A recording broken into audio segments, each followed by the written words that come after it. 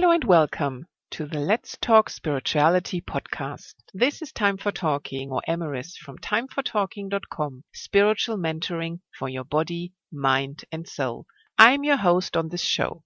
In this podcast, you'll receive insights on all topics spirituality inspired from above for spiritual growth, awakening, remembering, soul purpose, life mission, divine inspiration, past lives and much more. Thanks for tuning in.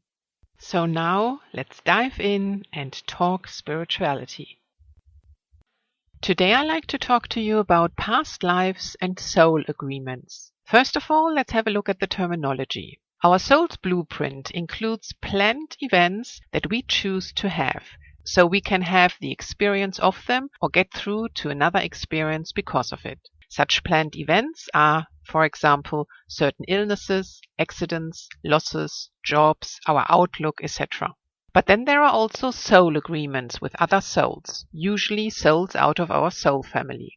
Those agreements might be killing the other or getting killed by one out of the soul family, or a kidnapping, a betrayal, a death caused by another soul, or a prison sentence, an assault or torture, etc. You get the picture. But usually those agreements are more quote-unquote heavy stuff in a lifetime. Okay, so now as the terminology is understood, it is important to understand as well that for a soul to make such a soul agreement, that soul needs to have quite a few lifetimes under its belt, so to speak. And we are talking like a couple of hundred lifetimes or in that area. But regardless of the actual amount of already lived lifetimes, a soul taking on such agreement simply needs to be quite experienced already, and also needs to have reached a certain level of soul's growth already as well. So it's true to say that the more inexperienced a soul is with regards to lifetimes, the less, if any, soul agreements such soul would be living in this life or in any past life yet. Naturally, this statement is said without any judgment, as every soul goes through this. And the initial, say, couple of hundreds of lifetimes, we simply go through a vast amount of experiences helping us to adjust living physical incarnations. During those lifetimes, the souls only focus on separating from the source, i.e., only being interested in the material world, to get things like the house, the car, the clothes, the partner, the job, fame and fortune, etc. With more lifetime experience, the soul wants to focus more on achieving inner goals, like experiencing a certain quality, like for example, being kind, helpful, content,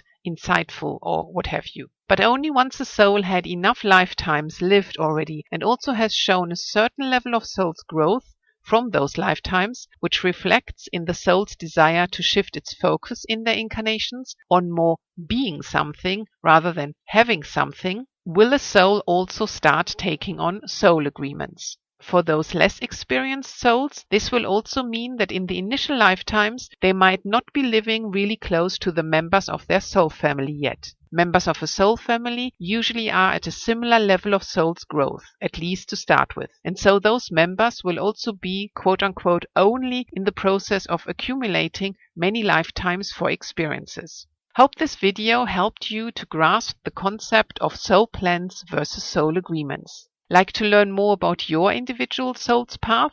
I can help you. Just contact me.